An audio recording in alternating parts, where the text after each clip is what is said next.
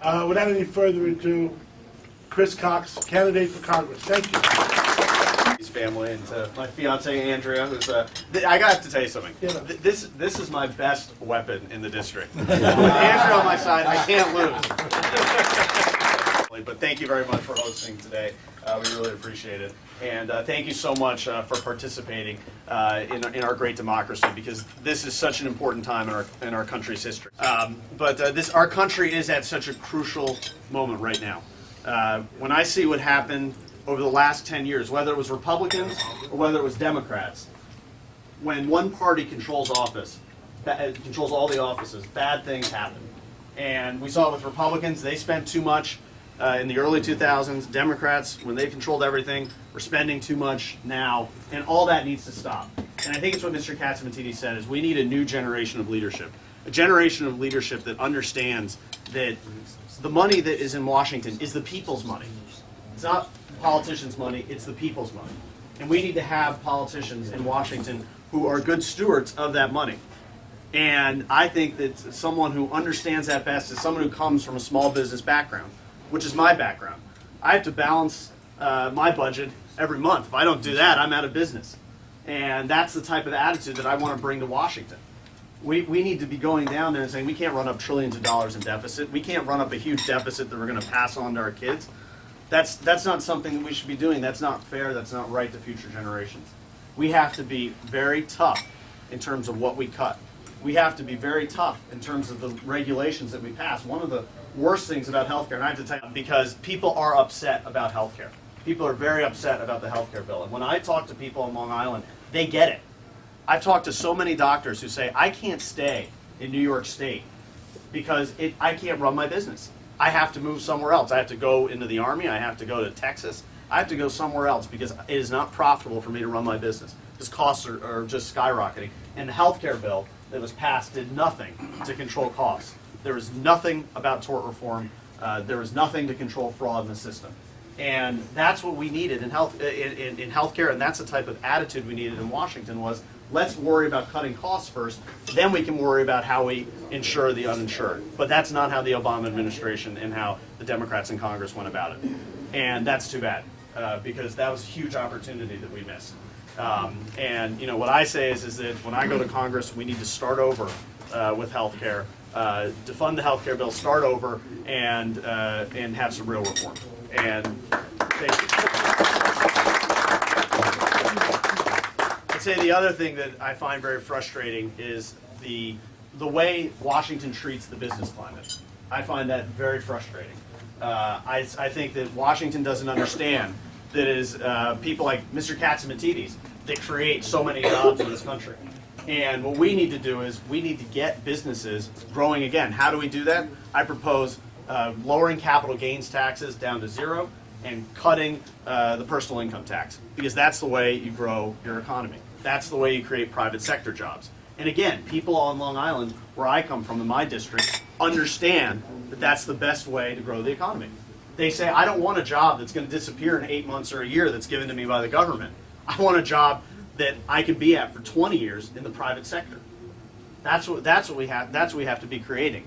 It's not government jobs. That's just a transfer. That's a temporary stopgap. That doesn't work.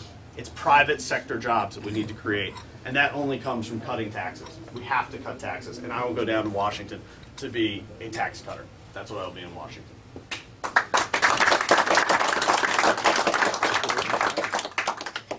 And then I think another area where we need to look at what's going on is the world at large. And I don't know if any of you know, but Ambassador Dick McCormick, who's here, was one of my grandfather's favorite foreign policy advisors. And when I look at Congress, and again the way Congress looks at the rest of the world, the way that we've all looked at the rest of the world for the last 10 years, I think that we need to change. I think that we need to return to some of the Nixonian values that we had in foreign policy, the realpolitik way of looking at it. And I think that when we look at places like Iran and when we look at places like China, we have to understand the massive internal instabilities that these countries have and take advantage of those. When you look at China, it's incredible to think that there are 300 million people who are actually ghost people. who are second children or third children that aren't actually counted. I mean, that's like the size of the United States not even being counted. When you think that there are hundreds of millions of people on top of that wandering around the countryside looking for work, that is a very unstable environment. That's something that when we think about how we engage China in the future, we have to think about that instability. And that's something that we have to remember, that China does not want to screw up this world economy that we have going on. They don't want to screw that up because that'll kill them internally. That'll kill them if there's too much economic instability. So we have to always keep that in mind when dealing with China. When we talk about, I don't want to be just someone who makes headlines. I want to be someone who makes a difference, and I will make a difference in terms of foreign policy. I promise you that. So I think what you should know is a little bit about me. I went to Princeton University, graduated in 2001, went to NYU Law School. You should know that about my campaign, which is that we're running a grassroots campaign. Now, we've raised over $1.5 million in our campaign. But this campaign, in the primary and in the general election, will not be won purely on money alone and getting up on the air. It will be won in the streets, block by block, door by door, knocking on doors, making phone calls, putting mailers out.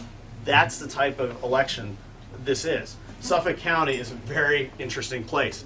It's the #1 agricultural county in New York State. People don't realize that. If you talk about illegal immigration, it depends whether you're on the North Shore or whether you're on the South Shore. Opinions are going to change. Brookhaven has about 22 different sort of local issues that you have to worry about.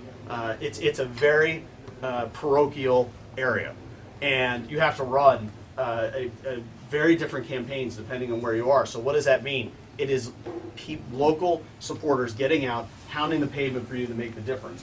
We understand that. We've built up a tremendous grassroots organization. For all of you who have second homes, one, please register out there. We can get you to switch out there.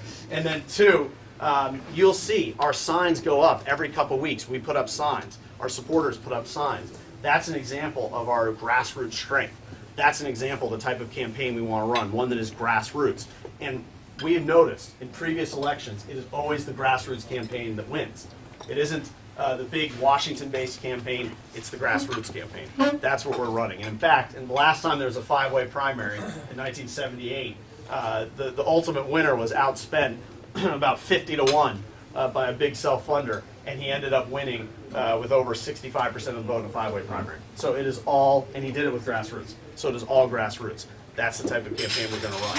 And the best thing about that is by running a grassroots campaign in the primary, we are building up assets in terms of volunteers, knowledge, things like that, that we can then use in the fall to beat Tim Bishop, who's the current congressman.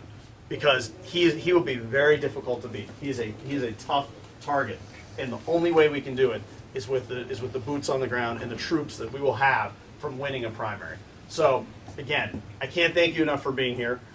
We'll tell you this, that we will win this primary, we will win back Congress, and we will create a new Republican majority in Congress, and with your help, we'll do that. So thank you very much.